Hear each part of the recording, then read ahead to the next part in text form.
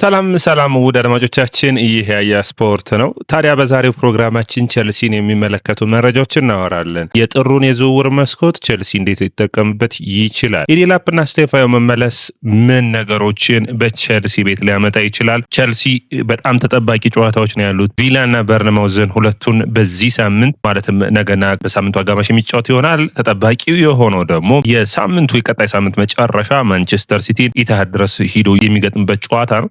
ተጠባቂ ጨዋታዎች ከፊቱ አሉት። ታዲያ በእነዚህ ጨዋታዎች ምን አይነት ታክቲኮችን መጠቀም ይጠበቅበታል? የቸልሲ ጥንካሬው ላይ መስራት ይጠበቅበታል። ከዛ ውጭ ደግሞ ዘ አትሌቲክስ ላይ አንድ ቁጥራዊ መረጃ ወጥቶ አይቻለሁና የቸልሲ ደጋፊዎች እንዴት እንደምታዩት አላቅም፣ ነገር ግን ኤክስፔክትድ ጎል አንጻር የቸልሲ ፐርፎርማንስን የሚያይ ነበርና ትንሽ ጠንከር ያለ ነው። እንግዲህ ቸልሲ ባለፉት 5 ጨዋታዎች የፈጠራቸው እድሎች ከ1 ኤክስጂ በታች ናቸው። ኤንዞ ማሬስካ ማጥቃቱ ላይ ሊታሰብበት የሚጠበቅበት ሁኔታ ይታያል። ወደ አድማጮቻችን ይህ ያያ ስፖርት ነው። ታዲያ ያያ ስፖርትን ላይክ፣ ሼር፣ ኮሜንት፣ ሰብስክራይብ ማድረጋችሁን አትርሱ። የጥሩ የዝውውር መስኮት ሊከፈቱ ቀናት ነው የቀሩት። በጥሩ የዝውውር መስኮት በአንቶን ሴማዮ ላይ ቸልሲ የነበረውን ፍላጎት ባንዴ እንዳቆመ የሚታወቅ ነው። ታዲያ ቸልሲ በጥሩ የዝውውር መስኮት እነማን ሊወጡ ይችላሉ ብለን ስናስብ አንደኛው ታይሪክ ጆርጅ ነው የሚሆነው። ይህ ታዳጊ አሁን ቸልሲ ለቆ ቸልሲ ከዝውውሩ ገንዘቦችን ማግኘት የሚጠበቅበት። ከዛ ውጭ እንግዲህ ቸልሲ በዝውውር እቅዱ ላይ የዚህ ተጫዋችን መልሶ የመግዛት አማራጭን ማካተት ያለበት ይመስለኛል። በፕሪሚየር ሊጉ በዌስትሃም በበርንማውዝ በብዙ ክለቦች ይፈልጋል። ያንን ዝውውር ቸልሲ ማድረግ የሚጠበቅበት ይመስለኛል። ራሂም ሻኪም ስተርሊንግም አሁንም ቸልሲ ቤት ውስጥ ነው ያለው 300,000 ሳምንት ደሞዙን እየተቀበለ። ስለዚህ ይህንን ተጫዋችን በውሰት የሚለቅበት እድል ካለ ግማሽ ደሞዙን አትሊስት የሚከፍሉት ከሆነ ቸልሲ ደስተኛ ሆኖ መልቀቅ ያለበት ይመስለኛል። አንዱ ፓላስ፣ ፉልሃም ይህንን ተጫዋች መውሰድ ይፈልጋሉ ብዬ አስባለሁ። ለንደን ነው ከቡድኑ ወይም ደግሞ ከዛ አካባቢ ከለንደን መራቅን አይፈልግምና ያንን አማራጭ እንግዲህ ቸልሲዎች ሊጠቀሙበት ይችላሉ ብዬ አስባለሁ። ዴሳሲ ብዙ ቡድኖች እየፈለጉት ይገኛሉ። ፋብሪዚዮ ሮማኖም እንዳረጋገጠው ባርሴሎና በተጫዋቹ ላይ ፍላጎት የለውም የሚል ነው። ቸልሲ በቋሚነት ነው ተጫዋቹን መልቀቅ የሚፈልገው። ኤሲ ሚላን የዚህ ተጫዋች ፈላጊ ነው። እንግዲህ ዛሬ እንደ ስም ተጨምሮ ያዩት የቶሲንን ጉዳይ ነው። ማረጋገጫ ባይገኝም ቸልሲ ለቶሲን ትክክለኛ ዋጋ ከቀረበለትም ይህንን ተጫዋች የመልቀቅ ፍላጎት አለው። ቸልሲ በሚለቃቸው ተጫዋቾች ላይ ተመርኩዞ ትክክለኛ በጥር የዝውውር መስኮት የሚፈልጋቸውን ተጫዋቾች ማስፈረም ይፈልጋል። የአንሰል ምንድነው ዋናውን ቡድን የሚያግዙ ማለት ነው እንጂ ቸልሲ አሁንም በዚህ የዝውውር መስኮትም ለምሳሌ ታዳጊዎችን ሲያስፈርም ልናየው የምንችልበት አጋጣሚ ሊመጣ ይችላል። እንግዲህ ብሉኮ በጥር የዝውውር መስኮት በ2023 አስገራሚ የሆነውን የ250 ሚሊዮን ፓውንድ ካወጡ 6 ተጫዋቾች ኤንዞ ፈርናንዴዝ፣ ሚካኤል ሙድሪክን ካስፈረሙ በኋላ ያለፉትን 2 ዓመታት በጥር የዝውውር መስኮት ብዙ ተጫዋቾችን ሲያስፈርሙ አላየንም። ኤንዞ ማሬስካ አሁንም ቸልሲን ይጠይቃሉ፣ በተለይ በተከላካዩ ረገድ ጥሩ ተጫዋችን እንዲፈርምላቸው። ምክንያቱም ሊቫካልዌል ከሳምንት ሳምንት በየጨዋታዎቹ የቡድኑን ወጥነት የሚያስጠብቀው ተጫዋች ስለተጎዳባቸው ያንን ተከትለው ሽፋን የሚሰጠው ፎፋናን እንግዲህ በዚህ ቡድን ውስጥ ስብስቡ የኮልቪልን አይነት ሚና ሊወጣ የሚችለው ፎፋና ነው። በጥሩ ሚና ቡድኑን በኃላፊነት መወጣት። ነገር ግን ፎፋና በፊትነሱ ረገድ በሳምንት 3 አሁን ለምሳሌ በዚህ ሳምንት 3 የእንግሊዝ ፕሪሚየር ሊጎችን ጨዋታ ፎፋና መሰለፍ አይችልም። ይህ ለቸልሲ ትንሽ አስቸጋሪ የሚሆንበት ነው። ስለዚህ እዚህ ጋር ውሳኔ መወሰንና የተሻሉ ተጫዋቾችን ማስፈረም ይፈልጋሉ። ነገር ግን እነማንን እያየ ነው ካላችሁኝ አሁንም ታዳጊ የሆኑትን ነገር ግን በጥሩ ብቃት ላይ የሚገኘውን አንዱ ጀርሚን ጃኬት ነው። ጀርሚን ጃኬት በጣም የሚደነቅ የሬንስ ተከላካይ ነው። ሊቨርፑል፣ አርሰናል፣ ቸልሲ የዚህ ተጫዋች ፈላጊ ናቸው። ዩናይትድን ጨምሮ በጣም አስደናቂ ነው። በቁመቱ ከኳስ ጋር ያለው ፐርፎርማንስ ጥሩ የሚባል ነው። ታዲያ ቸልሲ ውሳኔዎችን መወሰን የሚጠበቅበት ይመስለኛል። ሌላኛው እንግዲህ አጥቂ ነው። የሴንቲቴኑን አጥቂ ዲያን ኒጉሰን ለማስፈረም ይፈልጋሉ። ነገር ግን ይህ ተጫዋች ካስፈረሙትም ከዛ በቀጥታ መጥቶ በእንግሊዝ ፕሪሚየር ሊግ የመሃል አጥቂ ሆኖ መጫወት የሚችል አይመስለኝም። ስለዚህ ወደ ስትራስቡርግ በውሰት ሊልኩት ይችላሉ። ሌላኛው እንግዲህ ሊጠበቅ የሚችለው የማርክ ጉይ ውሳኔ ላይ ነው እና የዴቪድ ዋሽንግተን በውሰት ይለቃሉ ወይ? ይህ በቸልሲ ቤት መጫወቻ ጊዜን እያገኘ አይደለም። ብቃቱ በወጥነት ጥሩ ፐርፎርም የሚያደርግ ወይም ለእንግሊዝ ፕሪሚየር ሊግና ለቸልሲ የሚመጥን አይደለም። ታዲያ ቸልሲ እዚህ ላይ ውሳኔዎችን መወሰን የሚጠበቅበት ይመስለኛል። ታዲያ በነ ታይሪክ ጆርጅ እንዲሁም ከነዚህ ተጫዋቾች የሆነ ያክል ገንዘብን ቸልሲ የሚያገኝ ከሆነ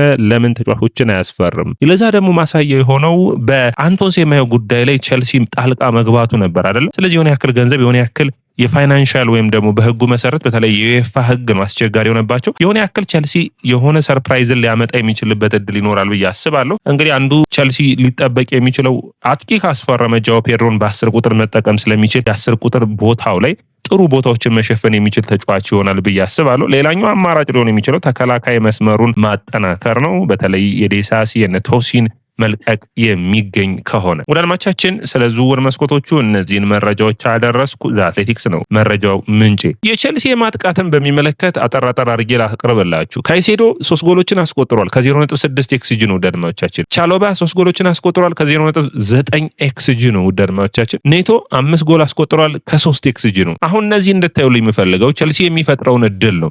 ቼልሲ በዘንድሮ የውድድር ዓመት እስካሁን በ17ቱ ሳምንት 3.7 ኤክስጂን ፈጥሯል በአንድ ጨዋታ ላይ። ነገር ግን 1 ጎል ነው ያስቆጠረው። ያም የቶተናም ጨዋታ ነው። በፕሪሚየር ሊጉ ብዙ ኤክስጂ ተፈጥሮ ጎል ያልተቆጠረበት ጨዋታ ተብሎ ተመዝግቧል። ነገር ግን እዚህ ጋር ማንሳት የሚጠበቅብን ውድ አድማጮቻችን እድሎችን መፍጠር ላይ ቼልሲ ባለፉት 5 ጨዋታዎች ከ1 ኤክስጂ በታች ነው የፈጠረው። በኤቨርተኑ ጨዋታ ነው 1.2 ኤክስጂ የፈጠረው። ይህ መሻሻል ይጠበቅበታል። ቼልሲ እድሎችን መፍጠር ይጠበቅበታል። ከፊቱ ያሉት ተፋላሚዎቹ ጠንካራ ቡድኖች ስለሆኑ ስፔሶችን ያገኛል፣ እድሎችን መፍጠር ይጠበቅበታል። በኒውካስትል ጨዋታ ለምሳሌ በመጀመሪያው አጋማሽ 0.2 ኤክስጂ ነው የፈጠረው። በጣም ደካማ ነው ይሄ። በሁለተኛው አጋማሽ ግን 2 ጎሎችን አስቆጥሮም ቢሆን ግን 1 ኤክስጂ ነው የፈጠረው። ምክንያቱም አንዱ ከቆመ ኳስ ነው፣ አንዱም የተከላካዮችን የተቃራኒ ቡድንን ስህተት የሚጠይቅ ነው። ስለዚህ ቼልሲ ምን ማድረግ ይጠበቅበታል? ከፊቱ ላለው ለቪላ ለበርንማውዝ እና እንዲሁም ደግሞ ለማንቸስተር ሲቲ ጨዋታ ብለን ስናስብ ቼልሲ ጥንካሬው ላይ መስራት ይጠበቅበታል። አሁንም መነሳት የሚጠበቅበት ይህ ነው። ቼልሲ በመልሶ ማጥቃት መጫወት ይጠበቅበታል። ቼልሲ በትራንዚሽን በፕሪሚየር ሊጉ ካሉ ጠንካራ ቡድኖች አንዱ ነው። ፈጣን የሆኑ ሁለቱ የመልሶ ማጥቃት ጥሩ ፐርፎርም የሚያደርጉ ተጫዋቾች አሉት። በኒውካስትሉ ጨዋታ በሁለተኛው አጋማሽ ኤንዞ ማሬስካ ያደረጉት ይህን ነው። ከኳስ ቁጥጥር የወጣ ጨዋታዎች ላይ በፈጣን መልሶ ማጥቃት ቪላ የሚያደርገውን ቼልሲ ማድረግ ይጠበቅበታል። ከቆሙ ኳሶች ያላቸው ጥንካሬ በጣም ጥሩ የሚባል ነው። አሁን መከላከላቸውን እያሻሻሉ ነው። በመከላከል ረገድ ጥሩ ፐርፎርማንስ ነው። ሳንቼዝ ጥሩ እየሰራ ነው ያለው። ነገር ግን በተከላካዮች ረገድም ቀድሜ እንዳነሳሁት ተጫዋቾችን በሳምንት 3 የሚጫወት ተከላካይ ያስፈልጋል የእንግሊዝ ፕሪሚየር ሊግን ዋንጫ ለመፎካከር። ኤንዞ ማሬስካ እንደተናገሩት በውድድር ዓመቱ በየካቲትና በመጋቢት ያለንበት የደረጃ ሰንጠረዥ በቼልሲ ዋንጫዎችን የማሸነፍና ያለማሸነፍ አቅማችን ይወስናል ብለዋል። ስለዚህ እዛ ላይ ለመድረስ ግን ጥሩ ስኳድ ያስፈልጋልና ቼልሲ ያን እያየን አይደለም። እዚህ ላይ ሊታሰብበት የሚጠበቅ ይመስለኛል። ሌላኛው እንግዲህ መነሳት የሚጠበቅበት ቼልሲ አስቶን ቪላን ለማሸነፍ አንዱ እንደ ቅድ ሊሆን የሚችለው ማንቱማን ፕሬሲንግ እንዳላቸው ነው። ነገር ግን ሮጀርስን ማቆም፣ ከዛ ውጭ ደግሞ ቼልሲ በካውንተር አታክ ሲባል በትራንዚሽን ቶሎ ማጥቃትን በተለይ አምና በውድድር ዓመቱ መጀመሪያ አካባቢ ያሳዩንን ሂደት መጠቀም ያስፈልጋል። ሌላኛው እንግዲህ ለቼልሲ ጥሩ ዜና የሚሆነው የሊያም ዴላፕና የስቴፋዮ ከጉዳት መመለስ ነው። ሁለቱ ተጫዋቾች መመለስ በጣም አስፈላጊ ነው። በተለይ ስቴፋዮ ዊሊያን በውድድር ዓመቱ በ21 ጨዋታዎች ላይ ተሳትፎን አድርገው 5 ጎልና 1 አሲስት በሁሉም ውድድሮች አስመዝግቧል። 18 ዓመቱ ላይ ይገኛል። ታዲያ ይህ ተጫዋች በተለይ በእነዚህ 3 ጨዋታዎች ላይ የተለየ ብቃትን ሊያመጣ የሚችል ነውና በአስፈላጊው ሰዓት ከጉዳት ተመልሷል። ጨዋታዎችን የመጨረስ አቅም አለው። ስለዚህ በዛ ሁኔታ ላይ መጠቀም ቼልሲዎች ያለባቸው ይመስለኛል። ሌላኛው እንግዲህ መነሳት የሚጠበቅበት ሊያም ዴላፕ ነው። ከነ ጉዳቱም እየተቸገረ የሚገኘው ዴላፕ የተጠበቀውን ያክል በቼልሲ ውጤታማ ሲሆን አልታየም። ነገር ግን ቼልሲ የእሱን አገልግሎት ይፈልጋል። በተለይ ቼልሲ በአጥቂ መጫወት የሚፈልግባቸው ጊዜያቶች አሉ። ያንን በሚገባ ሊያም ዴላፕ መጠቀም የሚቻል ይሆናል። በተለይ የበርንማውዝ ጨዋታ ላይ አሁን ሊያም ዴላፕ ባለፈው ጨዋታ በበርንማውዝ ነበር የተጎዳው። ለእንደዚህ አይነት ጨዋታዎች ቡድኑ በሎ ብሎክ ወደ ኋላ ፈግፍገው ለሚጫወቱ ቡድኖች በሚገባ ጨዋታውን ሂደቱን ማሳለጥ ይችላል። ከሰዎች ከጃኦ ፔድሮ ጋር ደግሞ እየተፈራረቁ 60ና 30 ደቂቃ መጫወት የሚችሉበትን እድል የሚያመጣ ይሆናል ብዬ አስባለሁ።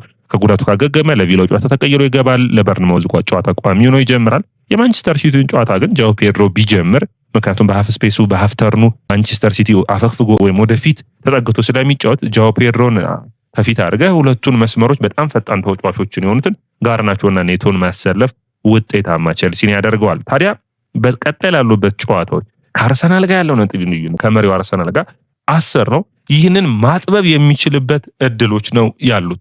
እነዚህ 3 ጨዋታዎች የቼልሲን ቀጣይ የፕሪሚየር ሊግ ፉክክር የሚወስኑ ናቸው። የበዓል ወቅት ፕሮግራሞች ናቸው። በእነዚህ ጨዋታዎች ላይ ቼልሲ በሚገባ ማሸነፍ የሚችል ከሆነ በቀጥታ ወደ መሪዎቹ የሚጠጋበትን እድል የሚያመጣ ይሆናል። ወደ አድማቻችን ይህ የያ ስፖርት ነው። የያ ስፖርትን ላይክ፣ ሼር፣ ኮሜንት፣ ሰብስክራይብ ማድረጋችሁን አትርሱ።